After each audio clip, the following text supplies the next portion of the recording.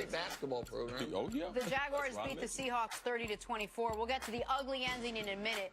But we start with this question. Are the 9-4 Jaguars actually good? It wasn't just the defense in this one. We don't say that very often. Blake Bortles threw for 268 yards, 2 touchdowns, and no picks at all.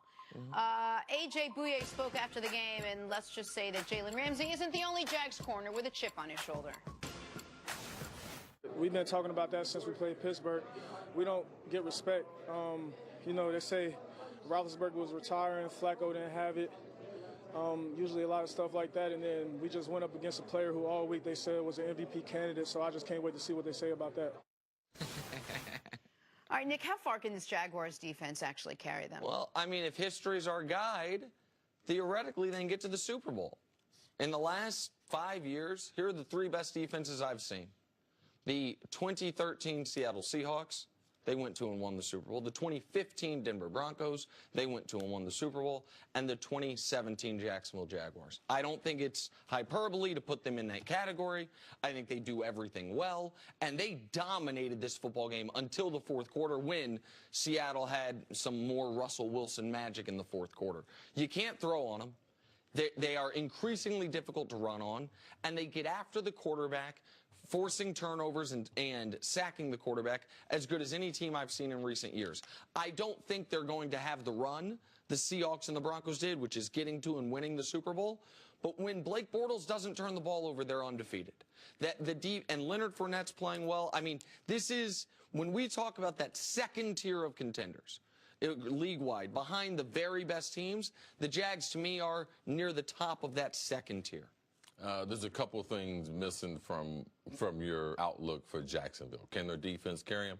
Well, you have to ask yourself that. Can they go to Pittsburgh and beat Pittsburgh? And/or if they don't have to go to Pittsburgh first, can they go to New England and beat New England and then beat Pittsburgh the following week? Or flip it. However you want it, you're going to have to do one of those 2 things. Also, Nick mentioned the 2 best defenses that he's seen, Denver and also Seattle. I wish he would have mentioned the quarterbacks that were on those teams because they happen to be Russell Wilson and they happen to be Peyton Manning. So even though Peyton Manning was not the best Peyton Manning, he was a hell of a lot better than Blake Bortles. So this is a defense that we've seen a version of them. But I would say I would go more back to the Baltimore defenses when they had all those incompetent quarterbacks playing for them compared to these other defenses in Denver and Seattle who had Hall of Fame caliber quarterbacks who were leading the helm. Here's what I'd say. And again, if the Jags played the Steelers or played the Patriots in the playoffs, it's overwhelmingly likely the game would be on the road for Jacksonville. And the idea that I'm going to pick Blake Bortles to win a road playoff game against Roethlisberger or Brady in the cold, slim to none. Well, but the cold, I think, could benefit their defense. And what we have seen from Jacksonville. Well, both of the other teams are cold climates. I understand, but bad weather benefits a defense more than all. Practicing in 70 degrees and then going to the Northeast today, that's a big difference. Agreed. All right? There's a thing called your blood thinning. No, I get that. But you mentioned them going to Pittsburgh. We did see them go to Pittsburgh earlier this year, turn Ben over 5 times and beat the hell out of them. We have seen... Oh, yeah, I know, because that's the Pittsburgh that's inconsistent. I know about that. I realize what happened in that game. But doing that in January, it's more difficult. But let me ask you this way, because I know we got to move on to the other things that happened in this game. Pittsburgh and New England are clearly the 2 best teams in the AFC. To me, without a shadow of a doubt, the next best team in the conference is Jacksonville. Do you agree with me there? Potentially. I just don't trust them, man. Listen, it's tough to trust a team with Blake Bortles. I get it. Like the defense to me is... And I don't think the defense is going to shut a team down from getting 17 points. All right? That's what I think. Seattle, you're not getting more than 17 points when they were great. Denver, you're not getting more than 17 points and you're collapsing the pocket. So I don't think they can hold those teams down to 17 points, so I don't think they can win. All right, let's move on to the ugly finish to this game that we're currently talking about. Seattle's Michael Bennett started a melee by diving into the legs of center Brandon Linder during a Jaguars kneel down, and then things went from bad to worse. Seattle defensive tackle Quentin Jefferson tried to confront a fan who threw a cup at him. He was held back. but it still led to a very ugly situation. Here's Jefferson after the game. I'm a human just like anybody else. I'm a man just like the other man in the stands. And I'm not gonna let somebody disrespect me, throw a bear on me. Like, just because I'm playing football, I'm still a human being, I'm still a man. And I'm out there playing a game. And at the end of the day, it's a game, and I'm a man. I'm not gonna let somebody disrespect me like that.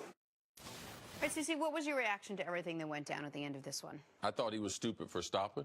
Most NFL players, we go over it all the time, going on and off the field. The only time I have my helmet off is for a home game. And if we lose at home, I put my helmet on there because they do throw stuff in home games. NFL players know coming on and off the field in a visitor stadium, always keep your helmet on for protection, let alone if you're thrown out of a game, all right? When you're thrown out of a game, there's two things to do. Jog off the field, jog to the locker room, and keep your helmet on. Do not stop for anything. So he violated the two things that coaches and organizations, security teams, that they go over with you. These things are rehearsed on a regular basis. So I have no empathy for him stopping and trying to engage in whatever he thought he was going to engage in with the fans in Jacksonville. And they're rehearsed on a regular basis, I assume, because of the unpredictability of what happens with fans, because you can't rehearse anything with them. This is what fans do. I mean, fans throw things at games. It's like it's not like we're in Europe. They throw things here, too, at games. So that's something that we go over. That was not a smart decision by him, by stopping and taking your helmet off. Your helmet is the only protection that you have. So for me, not real smart on his part. And he said, I'm just like them. Well, no, you're not. They actually paid money to come watch you do your job. Okay? So you're not like the fan. And for you to think that you are, all right, you're a little naive to the reality of it. Well, isn't he saying I react emotionally just like anybody does? I just repeat what he said. I'm not reading his brain. He said, I'm just like you, which is not true. Well, he says, listen, I'm a human being. I'm going to react. Like, I understand the way you responded is not the way you're trained, and it escalated the situation. There's no doubt about that. And it's a good thing he did not get into the crowd. But I understand the reaction. For the idea that you had to deal with this, that you had to have a protocol of how you run off the field because people that pay money to go to games are going to act like apes. This is from high school, Nick. This is not new. In high school games, we train the kids like this. In college, we train the kids like this. In the pros, it's expected for them to be like this. So when you go and there's fans, there's an opportunity. You have a helmet. It's for your protection. All you had to do was keep running. That's all he had to do. Nothing hit him. No one assaulted him. All he had to do was keep running. Oh, I understand that the ideal scenario is he keeps running, and this is not a story. My point is, it should not be a given that part of being a pro football player is, okay, I got to be at practice at this time. I got to show up to work this many weeks a year. I might get hurt on the field. And, oh, yeah, by the way, I almost cursed. Some jerk in the crowd is going to throw projectiles at me while I'm leaving work. Like, and the NFL, when we talk about protecting the players. The NFL will look at the video. Every stadium has video. They will see, and they will deal with the fan. That is not your job, all right? You're not a damn bouncer. You're a professional athlete. There's only 1,600 people that can do like you, all right? There's only 1,600 in the world. So why would you act like someone else when you're not that person? This is the arena for which you play in. So can these things happen? Yes. You play 8 games at home. You play 8 on the road. There's procedures for on the road that he did not follow. The question that I'm asking, though, is... I'm not responsible for the fan. All right? I'm not going to be responsible for the fan. But I am going to be responsible for the training that players go through that would have prevented this. Do we think he gets a suspension for this? No. No. No. He gets fined. I mean, if he gets into the crowd, it's a totally different story. He doesn't. But what's he going to get fined for? Oh, I think he'll get fined for trying to go into the stands. I think. You don't think he'll get fined at all? I don't think so. Oh, okay. All right. I mean, I'm very confident he won't be suspended. I would expect he gets fined because he had to be restrained from going into the crowd, but maybe not. And quickly, Michael Bennett, would he get a suspension? He's going to get fined, not suspended. Okay. All right, time now for some Hall of Fame hands. CC, take a look at this.